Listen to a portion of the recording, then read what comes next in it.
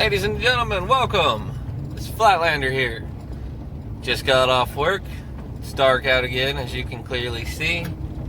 And I'm going 5 miles an hour because there's a train blocking up the crossing. So I'm going to end up stopping.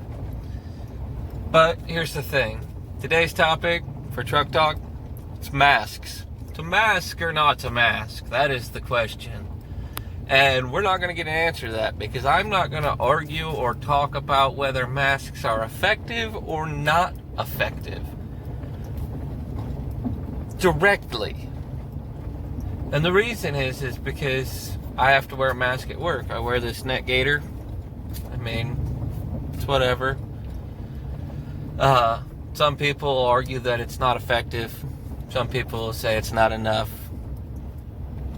That's where I want to hit to start off with.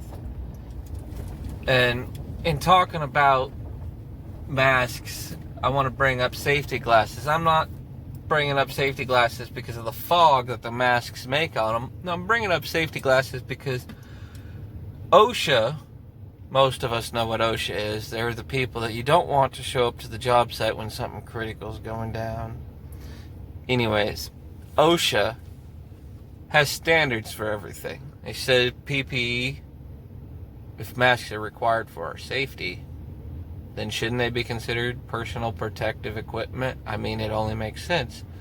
But they're not. And I think the reasoning behind that is so that they can't be liable. And I'm not trying to go too conspiratorial on that. I think that's an actual argument. And the reason is the safety glasses have to meet ANSI Z87 standard before OSHA even considers them safety glasses. That's the standard. I mean, if we all have to wear masks because they're so effective, and I know this is a whole lot less effective than an N95 respirator or an Israeli CBRN gas mask, which is chemical, biological, and nuclear radioactive CBR. Chemical, biological, radiological. Yeah. I think I was right.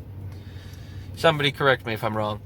But the thing is if we don't have standards for masks, because I've seen people walking around with, oh God, painter's masks and just all sorts of things that I'm like, oh, why did you buy that? Then I see other people that literally have a sock over their face, for the best analogy to describe what it is. And it's like, I don't understand whether or not they work. I'm not even going to get into that argument. But my thing is if it is for our own safety and for our own protection, why isn't there a standard? I mean, there's standards for gloves. Cut-resistant gloves, leather gloves, all have to meet specific standards on thickness and everything else. So why isn't there a standard on masks? And there is standards on masks. Like N95s have standards.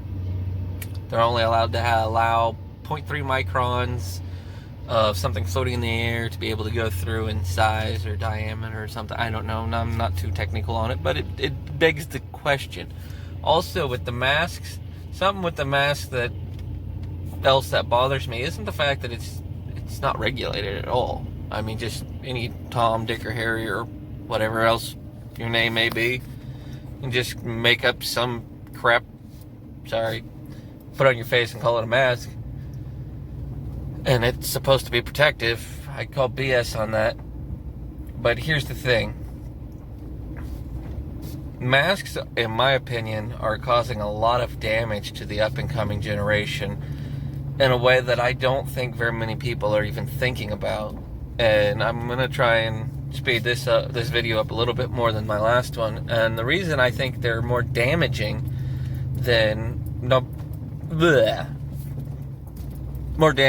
that nobody's thinking about it is communication that we do as humans is only 30% vocal. 70% of all communication is nonverbal.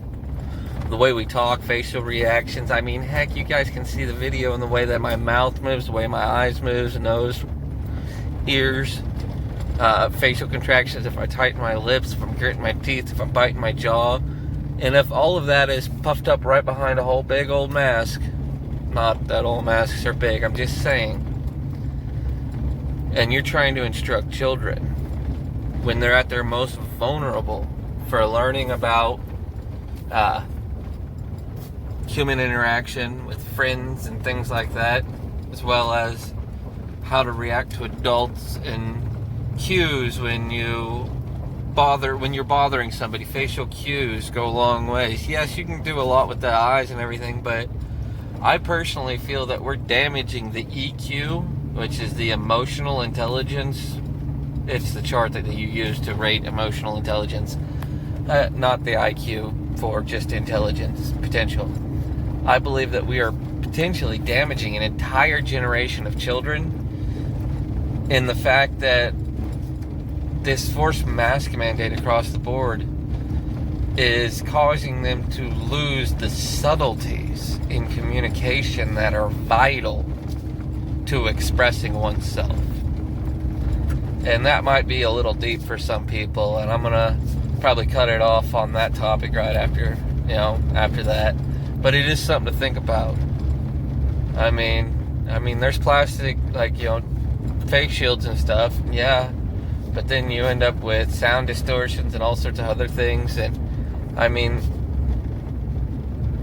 there's so much that needs to be called into question that's not on things. And I'm not saying masks work. I'm not saying they don't work. I do understand why a lot of people feel that the mask thing is about conformity, and I can kind of understand that because there isn't a standard. It's just make sure you have a mask on. Okay, that's just weird, but whatever. And then I see other people that are taking the more Good Samaritan type aspect of the masks, and they're wearing a mask because they honestly believe that them wearing a mask might save somebody else's life, and that's the Good Samaritan view on it. And I support that, don't get me wrong. I see also a lot of kids that are doing that because that's the way that they were taught and trained through this whole situation, is you wear a mask for other people. So I'm not going to argue that. And then I see people that aren't wearing masks, and I see the dirty looks that they get from people that are wearing masks.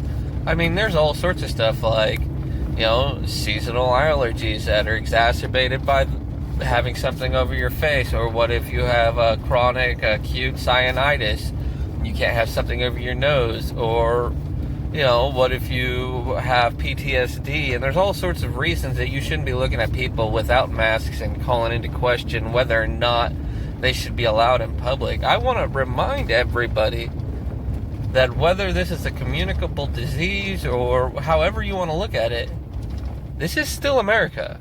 People are still free. And if somebody's walking down the street without a mask, I don't care. It doesn't bother me. Why? I'm not over there licking somebody's face. Shouldn't have any effect on me. Private businesses, private households, things like that, whatever. Public places, if you're not holding hands with random strangers and you're not all sharing drinks and whatnot, why does it matter? It matters so little that they can't even put a standard to what is really effective. And 3 pieces of cotton, oh my gosh. I've heard that term. Oh, it needs to be 3 layers of cotton. You kidding me? Thick cotton wool, or not wool, but I've had shirts that are ridiculously thick. I've worked outside. Fire retardant material, extremely thick. It's cotton. 3 layers of that, I couldn't breathe. 3 layers of a cotton shirt made from Walmart material, I'd still have spit flying out of my mouth. So, without a standard, you can't sit there and argue for either side of it. But there's a lot of things with it that should be definitely questioned. All right, ladies and gentlemen, I wanted to thank you for making it. Whoa, dropped the camera. Making it all the way through that. It was a bit of a long video, but I did not get a chance to say goodbye. And that adventure is always around the next corner. And if you did enjoy that at all, please click the buttons up below. Give it a share. It's the only way to get it out.